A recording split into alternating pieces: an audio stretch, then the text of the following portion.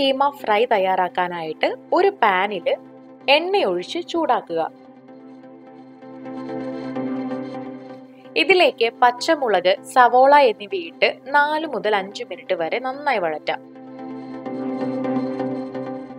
സവോള നല്ല golden brown നിറമായിട്ടുണ്ടെങ്കിൽ ഇതിലേക്ക് നമുക്ക് മട്ടൺ കീമ ചേർത്ത് ഒരു 5 മിനിറ്റ് ഫ്രൈ ചെയ്യാം.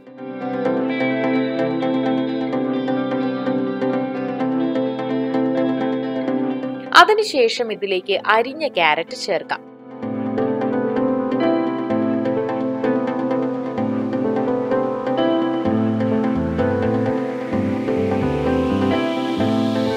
ഇനി കുതിർത്തി വെച്ച പൊട്ടുകടലയും ചേർത്ത് 1 മിനിറ്റ് നന്നായിട്ട് ഇളക്കുക.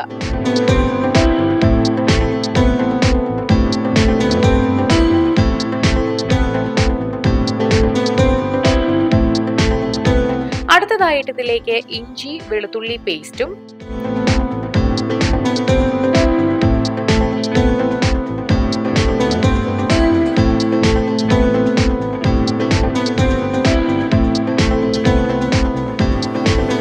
മുളക് പൊടി, മല്ലിപ്പൊടി, ഉപ്പ് എന്നിവയും ചേർക്കാം. എന്നിട്ട് എല്ലാം കൂടെ നന്നായി ഇളക്കി പാകം ചെയ്യുക.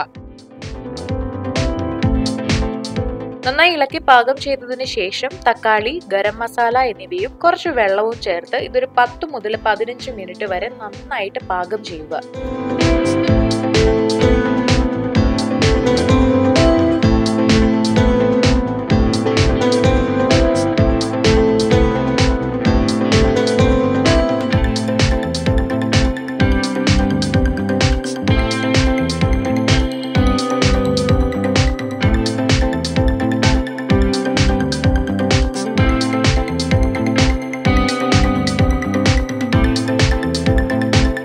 കീമ നല്ല സോഫ്റ്റായി വന്നു കഴിഞ്ഞിട്ടുണ്ടെങ്കിൽ നമുക്ക് പാകം ചെയ്യുന്നത് നിർത്താവുന്നതാണ്. മല്ലിയിലൊക്കെ ഇട്ട് ഗാർണിഷ് ചെയ്തതിന് ശേഷം ഇത് സെർവ് ചെയ്യാം. റൊട്ടിയുടെയോ റൈസിന്റെയോ കൂടെയോ ഒക്കെ നല്ല ഒരു സൈഡ് ഡിഷാണ് ഈ ഒരു മട്ടൺ കീമ ഫ്രൈ.